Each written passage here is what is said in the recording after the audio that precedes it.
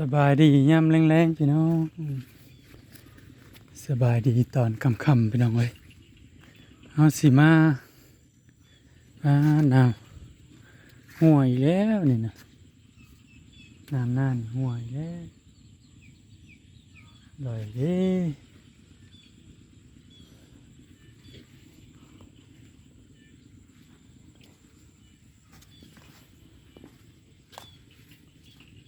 ห่วยแล้วน้ำหน้าหอน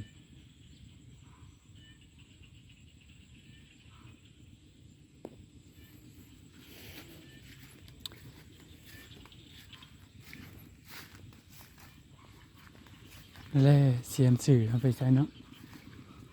เสียมสื่อเมื่อวานนี่บ่ได้มื้อซื่นนี่เอาไว้นี้เนาะเสียมสื่อเฮาน่ะมื้อซื่นนี่เอาไว้นี่เสียมสื่อ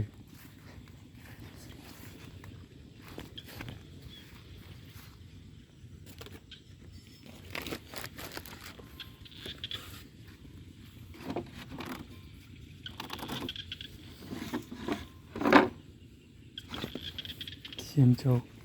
หมองเก่า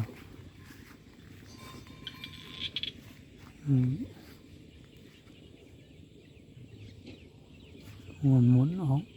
หัวหมุนออกในหันเนาะเดี๋ยวมื้ออื่นสิมาน่ะแต่ว่ามื้อนี้น่ะน้ำหัวเลย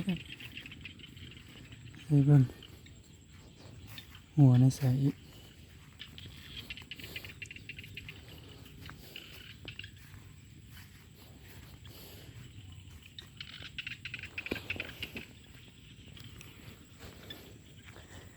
หัวในใส่อีกเด้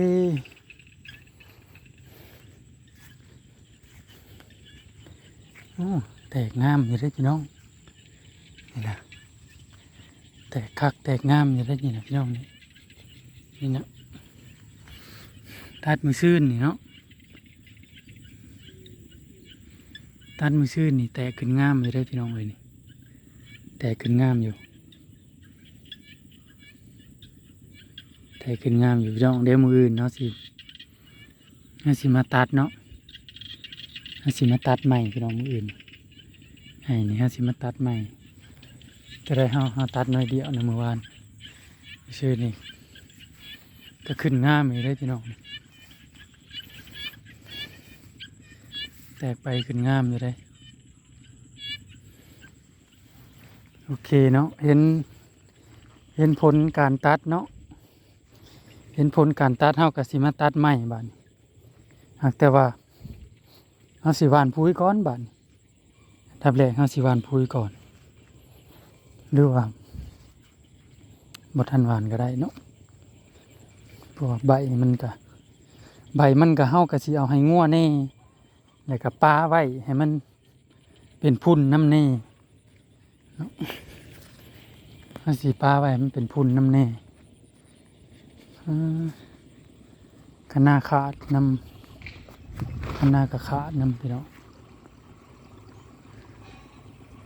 เฮาก็สิปาไว้ให้มันเป็นพุ่นน้ำแน่เนาะผลจากการตัดมันก็ป่งงามดีได้2 มื้อเนาะ2 มื้อมันขึ้นงามซะนี่นะพี่น้องเห็นผลแล้วเนาะเราก็สิตัดได้บัดนี้เห็นผลเลยเห็นผลแล้วก็สิตัดตัวนี้เราก็สิตัดคือกันอยู่นี่พี่น้องนี่ตัวนี้ให้นี่งามถ้าผลผลิตเนาะงามออกคือให้นี่เนาะคือให้นี่พี่น้องเราก็โอ้ยถือว่าได้ผลผลิตคือให้นี่ถือว่าข้าวนี่หน้าซ้ำนี่นั่น100 สอบนั่นแต่งตึงเลยนะพี่น้องเลย100 สอบนะถ้ามันงามคือเนี้ยนี่ตลอดไปเนาะแต่ว่าปุ๋ยเฮาที่สิบ่พอพี่น้องเลยยันปุ๋ยบ่ได้ปุ๋ยบ่ถึงเนาะกันหน้าก็ขาดนำพี่น้องเลยแต่เฮาสิมาเบิ่งของลุงเพิ่นก็ตัดวันเช้านี่เนาะ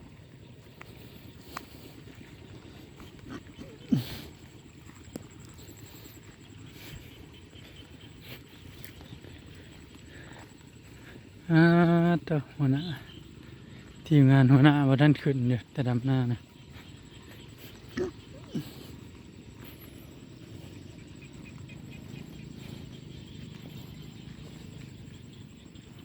หัวอีกแล้วนี่นานๆหัวอีกแล้วกันหน้า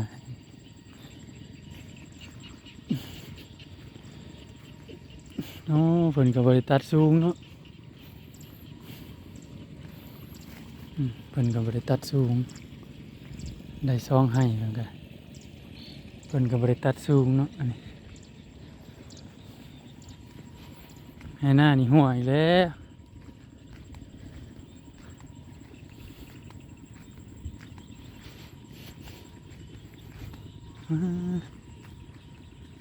เข้าหน้าหวานเนาะปีนี้ว่างามเติบอยู่ได้พี่น้องว่าโอเคอยู่ได้พี่น้องนี่แต่ให้นี่มันอยากลั่งเนาะให้งามอยู่แต่ว่าปันได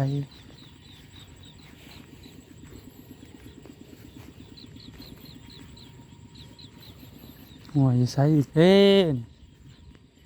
เมื่อยนำให้หน้าตะกร้านี่ก็พอแห้งพี่น้องหัดน้ำบ่อยู่หัวตลอดไปหัววิลีโอ้ย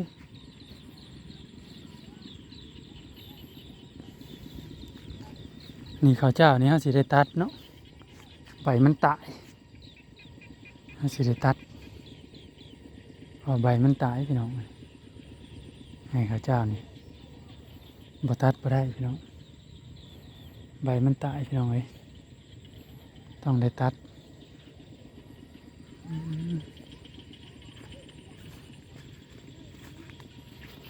ถ้าเราสิมาเบิ่งตัวฮาวานตัวฮาเกี่ยว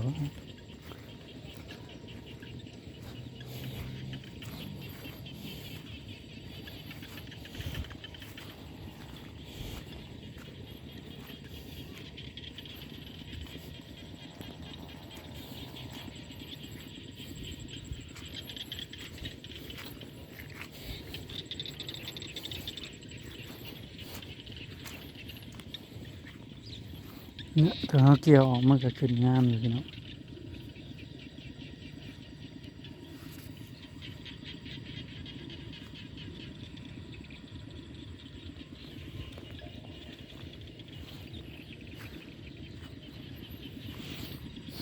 น้ำล้นให้ล้นคันแต่ว่าตัดออกบ่ทันหวานปุ๋ยบ่ทันได้ดอกพี่น้องเอ้ย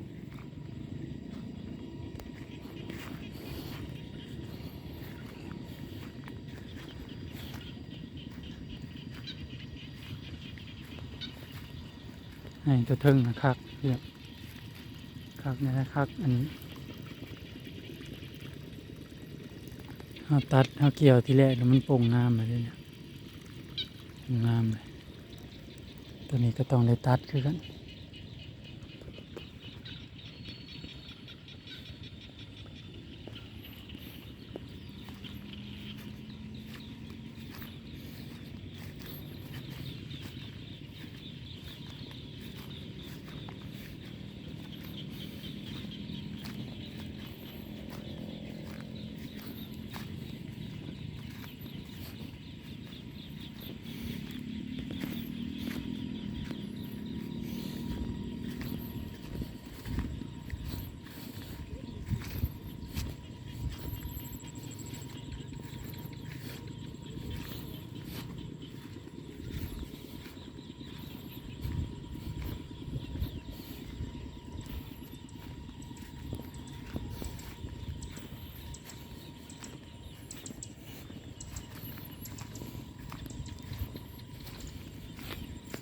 ข้าวเจ้าเนาะใบอยากตาย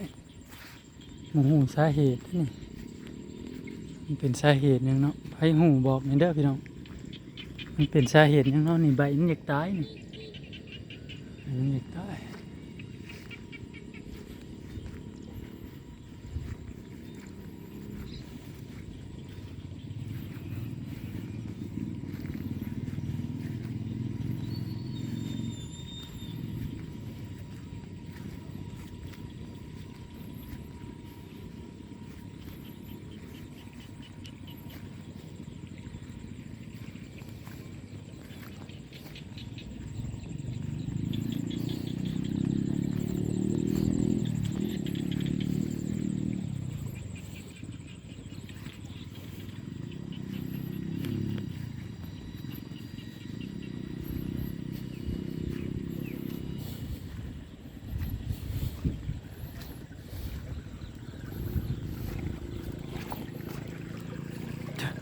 จนล่มไปเลย